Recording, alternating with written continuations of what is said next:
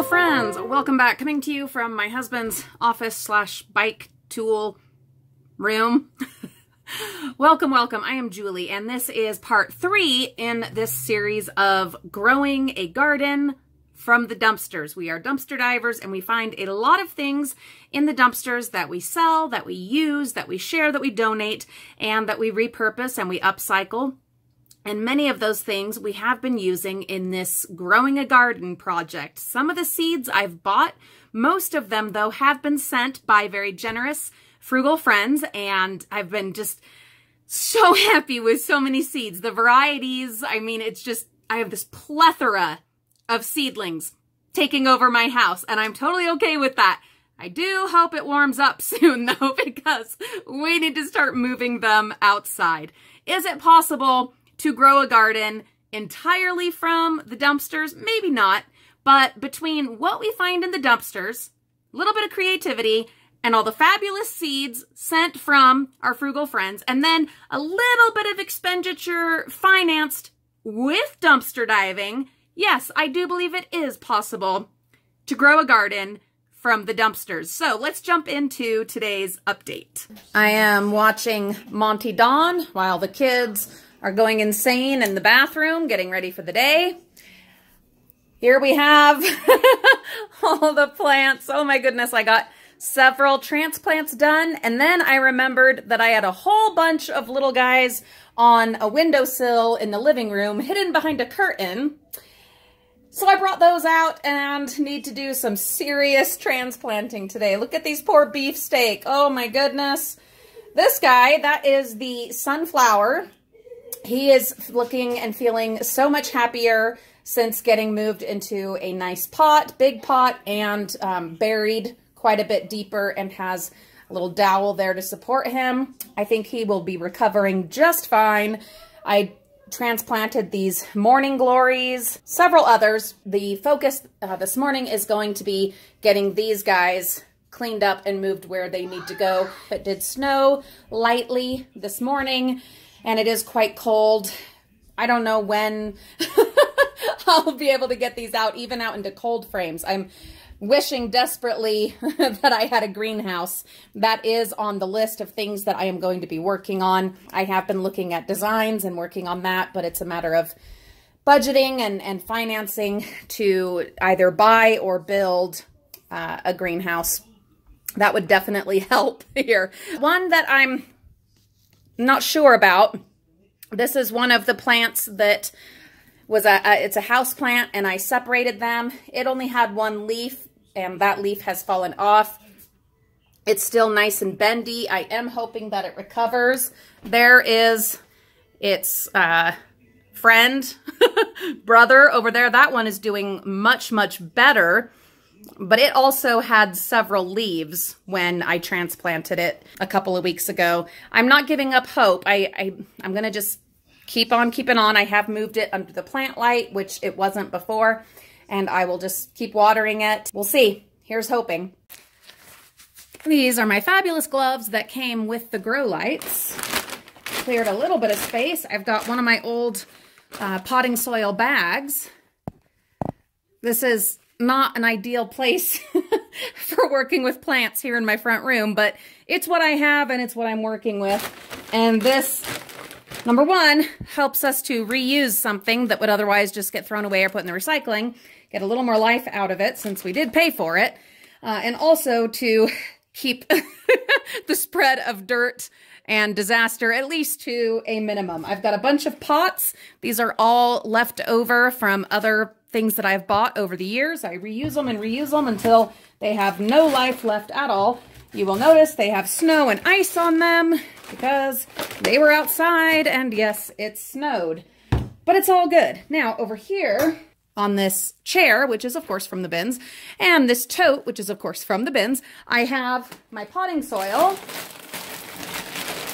and I'm just using a little red measuring cup, which is of course from the bins, to fill a little bit in the new pots. I was going to just dump the dirt out in these totes and have it that way, but then I realized I didn't have a lid and I didn't want the dirt to get contaminated with, you know, the seeds that are blowing everywhere. I'll show you. All right, I'll just show you now. Here are all the seeds and nonsense dropping from our massive shade tree.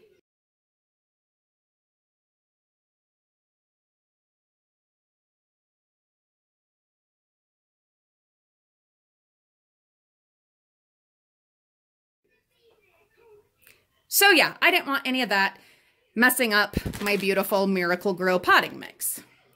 So I just keep it in the bag and then roll the bag down.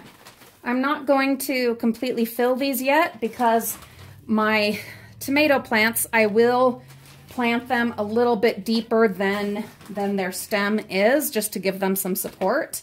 And so I want to pull them out and decide kind of how deep I'm going to want them before I add much more dirt. I am going to very gently just kind of squish the bottom and turn this over. Look at that. Oh, that's gorgeous. Look at all those roots. Oh, they're beautiful. So at this point, I'm just going to separate them. Now this smaller one, I can either put it back in the little pot and let it grow a little more, or go ahead and put it straight into a big pot, or just sacrifice it in favor of these two much stronger ones. That's a choice that you have to make based on your own needs and your own practices. I'm gonna go ahead and put these two in here. I think I will keep him in this little pot for now, but I don't think I will transplant him and use up any more dirt on him because it does cost money. So I'm just going to put him in here, add some dirt, and I will keep him growing, and he will be one that I offer out or sell. So you don't want to hold the plants by their stem. That's dangerous for them. It's not good for them. So you want to gently grasp the strongest leaves. No, I don't know why. That's just what I've been taught in my TV gardening education, and it does seem to hold true. He is not in the center as I would prefer, but it's all good. Good enough. There's that one. Now, let's jump in with these guys. These are all beefsteak.